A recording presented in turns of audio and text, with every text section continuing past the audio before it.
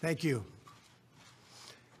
When I came into office, I promised to look at the world's challenges with open eyes and very fresh thinking. We cannot solve our problems by making the same failed assumptions and repeating the same failed strategies of the past. Old challenges demand new approaches.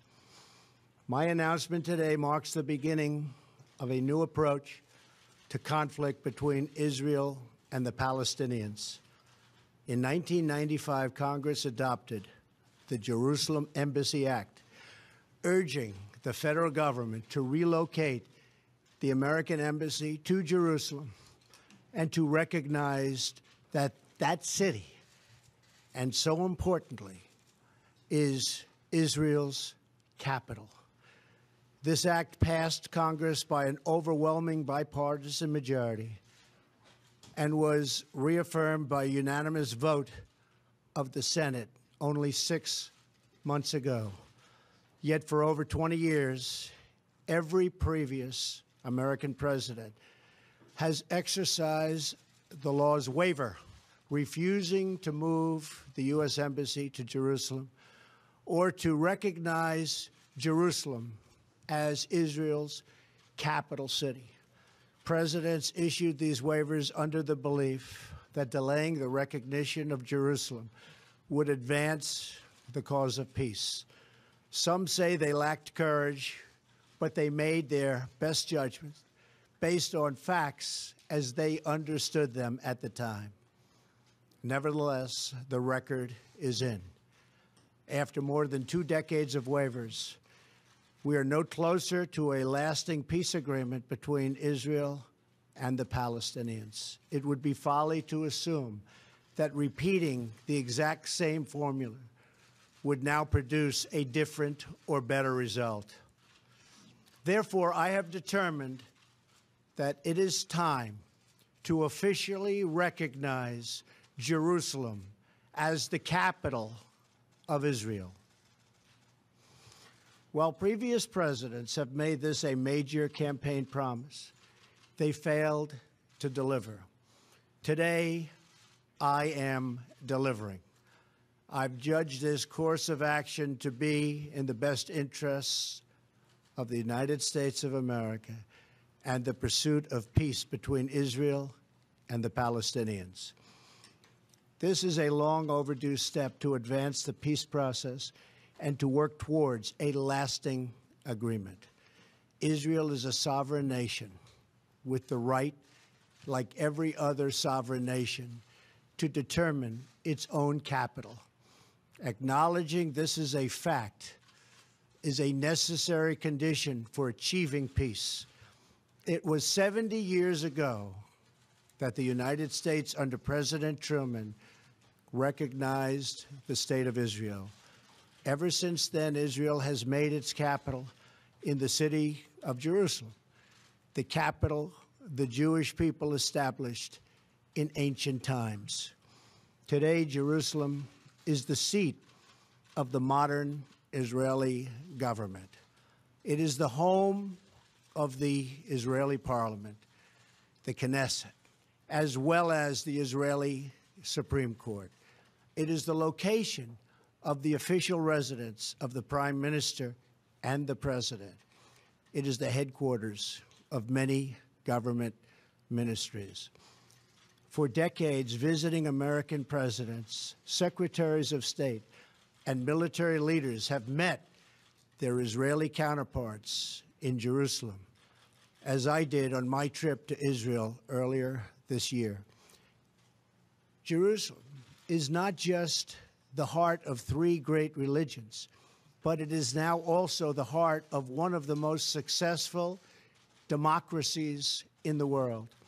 Over the past 7 decades, the Israeli people have built a country where Jews, Muslims, and Christians, and people of all faiths are free to live and worship according to their conscience and according to their beliefs. Jerusalem is today and must remain a place where Jews pray at the Western Wall, where Christians walk the Stations of the Cross, and where Muslims worship at Al-Aqsa Mosque. However, through all of these years, presidents representing the United States have declined to officially recognize Jerusalem as Israel's capital. In fact, we have declined to acknowledge any Israeli capital at all. But today we finally acknowledge the obvious, that Jerusalem is Israel's capital. This is nothing more or less than a recognition of reality. It is also the right thing to do. It's something that has to be done. That is why, consistent with the Jerusalem Embassy Act, I am also directing the State Department to begin preparation to move the American Embassy from Tel Aviv to Jerusalem. This will immediately begin the process of hiring architects, engineers, and planners so that a new embassy, when completed, will be a magnificent tribute to peace. In making these announcements, I also want to make one point very clear. This decision is not intended in any way to reflect a departure from our strong commitment to facilitate a lasting peace agreement. We want an agreement that is a great deal for the Israelis and a great deal for the Palestinians.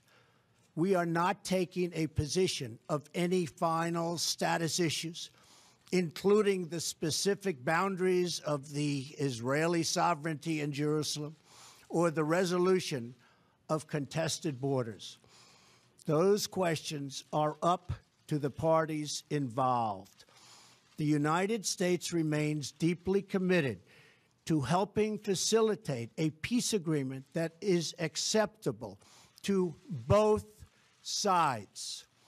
I intend to do everything in my power to help forge such an agreement.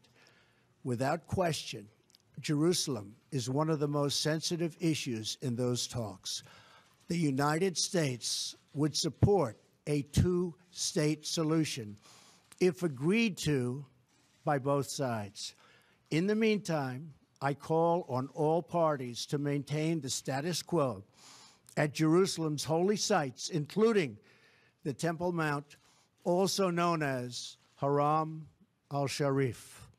Above all, our greatest hope is for peace, the universal yearning in every human soul. With today's action, I reaffirm my administration's longstanding commitment to a future of peace and security for the region. There will, of course, be disagreement and dissent regarding this announcement. But we are confident that ultimately, as we work through these disagreements, we will arrive at a peace and a place far greater in understanding and cooperation. This sacred city should call forth the best in humanity, lifting our sights to what it is possible, not pulling us back and down to the old fights that have become so totally predictable. Peace is never beyond the grasp of those willing to reach it. So today we call for calm, for moderation, and for the voices of tolerance to prevail over the purveyors of hate. Our children should inherit our love, not our conflicts. I repeat the message I delivered at the historic and extraordinary summit in Saudi Arabia earlier this year. The Middle East is a region rich with culture, spirit, and history. Its people are brilliant, proud, and diverse, vibrant, and strong. But the incredible future awaiting this region is held at bay by bloodshed, ignorance, and terror.